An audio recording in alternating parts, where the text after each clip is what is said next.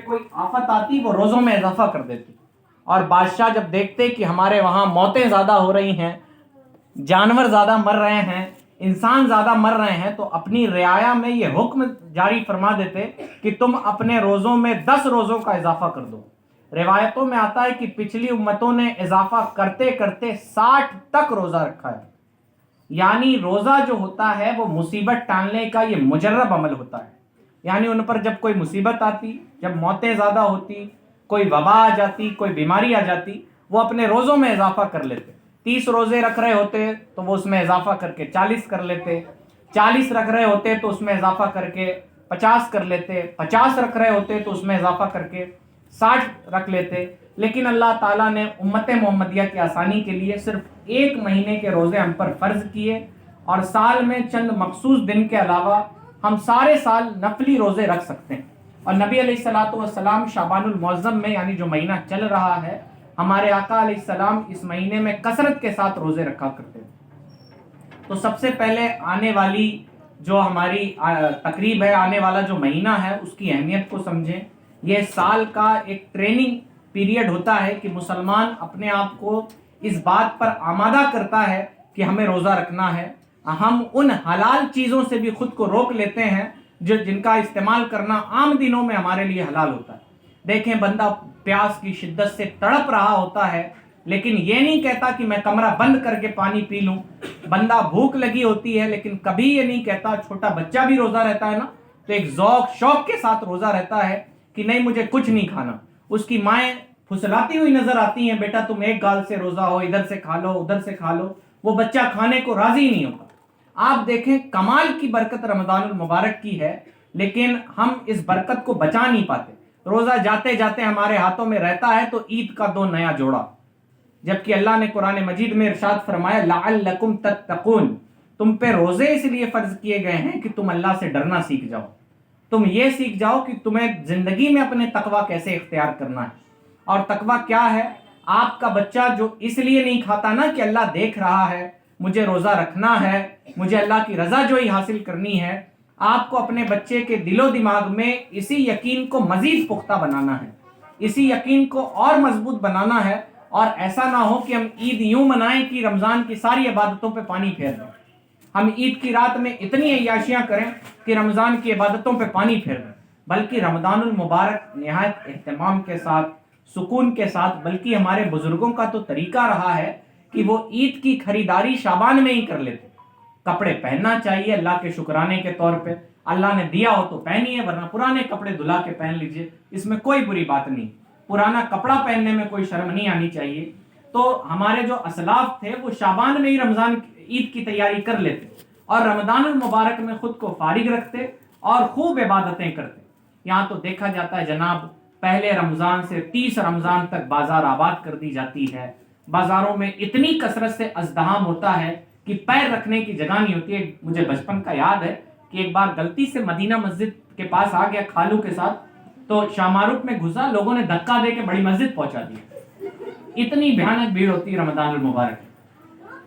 تو یاد رکھیں، رمضان یہ بازار کرنے کا مہینہ نہیں ہے، رمضان المبارک یہ ہمیں اچھے صرف پکوان کھانے کا مہینہ نہیں ہے، بلکہ یہ مہینہ جو ہے وہ اس لیے ہے کہ ہم اللہ کا تقویٰ اختیار کریں۔ ہمارے بچوں کے سینوں میں رمضان کی برکت سے جو جذبہ پیدا ہو جاتا ہے کہ اللہ دیکھ رہا ہے، ہم ان کی رضا کے لیے، اللہ کی رضا کے لیے بندہ کھاتا نہیں ہے، بندہ پیتا نہیں ہے۔ اور بندہ کتنے شکوے کرتا ہے نا کہ جناب نمازیں نہیں پڑھی جاتی، ارے حضرت اب دنیا میں رہنا ہے تو جھوٹ تو بولنا ہی پڑے گا، اس سے کام ہی نہیں چلتا۔ تو رمضان ہمیں یہ بتانے آتا ہے کہ جب آپ اللہ کی حلال کی ہوئی چیزوں کو اس کی رضا کے لیے چھوڑ سکتے ہیں تو حرام کی ہوئی چیزوں کو کیوں نہیں چھوڑ سکتے، ہے نا؟ ہم نے کھانا چھوڑ دیا، پینا چھوڑ دیا، لیکن ہائے رے مسلمان کہ ہم نے اپنی دوسری جو برائیاں ہیں اسے نہیں چھوڑا۔ تو ہم اپنی مرضی کے مسلمان بنے ہوئے ہوتے ہیں۔ تو ہمیں رمضان المبارک میں جہاں روزے رکھنے ہیں، اور کہا گیا نا کہ جو روزے رکھے اور برے کام نہ چھوڑے، پھر اللہ کو اس کے بھوکے پیاسے رہنے کی کوئی حاجت نہیں۔ اور اللہ تو بے نیاز ہے، ہمیں ڈرنا چاہیے اللہ کی شان بے نیازی دیکھ کے۔ نہ وہ ہمارے روزوں کا محتاج ہے، نہ ہماری نمازوں کا محتاج ہے، نہ ہمارے سجدوں کا محتاج ہے، وہ تمام چیزوں سے بے نیاز ہے۔ تو ہمیں ڈرنا چاہیے اللہ سے، نہایت طور پہ اس کی خشیت ہمیں اپنے دل میں پیدا کرنی چاہیے کہ اللہ تعالیٰ نے اگر عذاب نازل کر دیا، اللہ نے ہماری گرفت فرما لی تو کیا بنے گا۔ تو روزے کا جو بنیادی مقصد ہے وہ اس یقین کو سینے میں بٹھانا ہے، نہ کہ یہ کہ عید کے نئے جوڑے سلوا دیے جائیں، اور صرف اپنے سینوں میں نہیں، اپنی، آپ تو مائیں بہنیں ہیں، آپ کے ماتحت تو اولادیں ہوتی ہیں، چھوٹی بہنیں ہوتی ہیں، آپ کے چھوٹے بھائی ہوتے ہیں۔ یاد رکھیے صرف اتنی ذمہ داری ماں باپ کی نہیں ہے کہ انہیں نئے کپڑے دلائیں، بلکہ یہ بھی ذمہ داری ہے کہ انہیں وہ اللہ سے جو ڈرنے کا جذبہ ان کے دل میں رمضان کی برکت سے پیدا ہوتا ہے، وہ کوشش کریں یہ جذبہ سارے سال اور ہر دن ہر لمحے ان کے سینے میں بیٹھا رہے۔ اور رمضان میں جس طرح ہم نمازوں کی پابندی کرتے ہیں، تراویح کی نمازیں ادا کی جاتی ہے، مسکینوں کی مدد کرتے ہیں، دین اسلام ایک مہینے کا مذہب نہیں ہے کہ ایک مہینہ خوب نیکی کیا اس کے بعد پھر وہی جو چال بے ڈنگی جو پہلے تھی وہ اب بھی ہے، اس طرح سے زندگی نہیں کٹتی۔ تو بنیادی بات کہ آپ رمضان المبارک کو صرف نیکیوں میں گزارے نہیں، بلکہ نیکیوں کی عادت ڈالنا سیکھیں۔ آپ جس طرح رمضان میں نمازی ہو جاتی ہیں اس طرح رمضان کے بعد بھی نمازی رہیں۔ اب بتائیں کیا بندہ سحری کھانے کے لیے سویرے اٹھ سکتا ہے اور نمازیں پڑھنے کے لیے نہیں اٹھ سکتا ہے نا؟ کون نہیں اٹھتا سحری کھانے میں؟ ساری دنیا اٹھ جاتی ہے، بلکہ ہمیں تو اپنے گھر کی مائیں بہنیں ایک دوسرے کو اٹھاتے بھی نظر آتی ہیں۔ ہم سحری کھانے کو اٹھا سکتے ہیں، نمازیں پڑھنے کو نہیں اٹھا سکتے۔ تو عام دنوں کی بات ہو رہی ہے، رمضان میں تو نمازوں کی پابندی ہو جاتی ہے، لوگ تہجد بھی پڑھ لیتے ہیں، لیکن اس کے بعد والے دنوں میں فرائض بھی چھوٹ جاتے ہیں، فجر کی نمازیں بھی قضا ہو جاتی ہیں۔